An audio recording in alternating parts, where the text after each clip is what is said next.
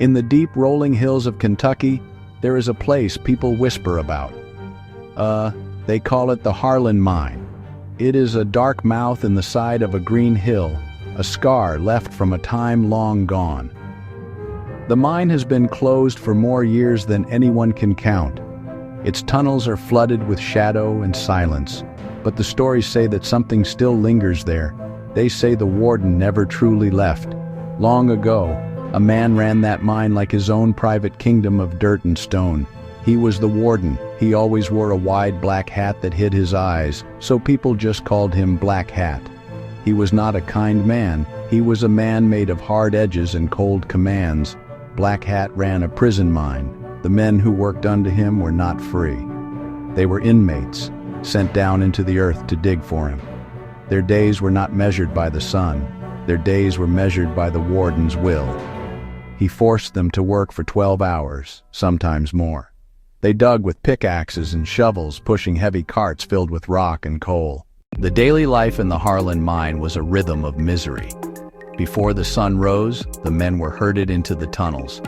The only light came from weak lamps, small flames that cast long, dancing shadows that made the rock seem to move. The men worked in near total silence, their breaths ragged and their muscles screaming. The only sounds were the scrape of shovels, the rumble of cart wheels, and the distant drip of water. And of course, the steady, heavy footsteps of the warden making his rounds. They all knew that sound. It was the sound of approaching judgment. Punishments were a common spectacle, a lesson for all to see. If a man collapsed, he got no water. He was dragged to a post and chained there for hours. The whips were not for show. They left scars that never fully healed. The men became thin and hollow-eyed, moving like ghosts even while alive. They whispered that Black Hat was not a man at all, but something that fed on their suffering. Even after the warden died, the stories grew stronger. The mine was shut, the prison abandoned, and the town tried to forget. They buried him in an unmarked grave. But a presence like his does not fade. Locals say he never left. Still the warden, still watching, still making sure the work got done. A young man named Sam, who loved old stories and a foolish kind of courage, became fascinated by the legend of Black Hat. In a cardboard box, he found an old, dusty videotape, the faded label scrawled, "Black Hat, Mine Tape." It looked fragile, but Sam's curiosity won. That night, with storm winds outside, he slid the tape into an old player. The screen flickered to grainy black and white. Someone walking through a mine. Grim faces, bodies slick with sweat, eyes wide with fear. Then the warden appeared, moving like a specter, his hat swallowing his face. The camera seemed to flinch, a sharp crack of a whip, a muffled cry, quickly silenced. "Keep moving, no delay." The camera fell, a sudden clang of chain, then righted onto a small heavy wooden door. A large rusted key hung from the lock. The tape ended in pure static. An unnatural chill filled the room. He put the tape back, but he felt watched. After a sleepless night, Sam felt an irresistible pull toward the mine. He had to see it for himself. The air grew still and heavy as he approached. The entrance gaped like a mouth. The ground was littered with rusted metal and rotting wood. On a flat stone lay a small, old-fashioned lamp, its glass clouded and cage rusted through.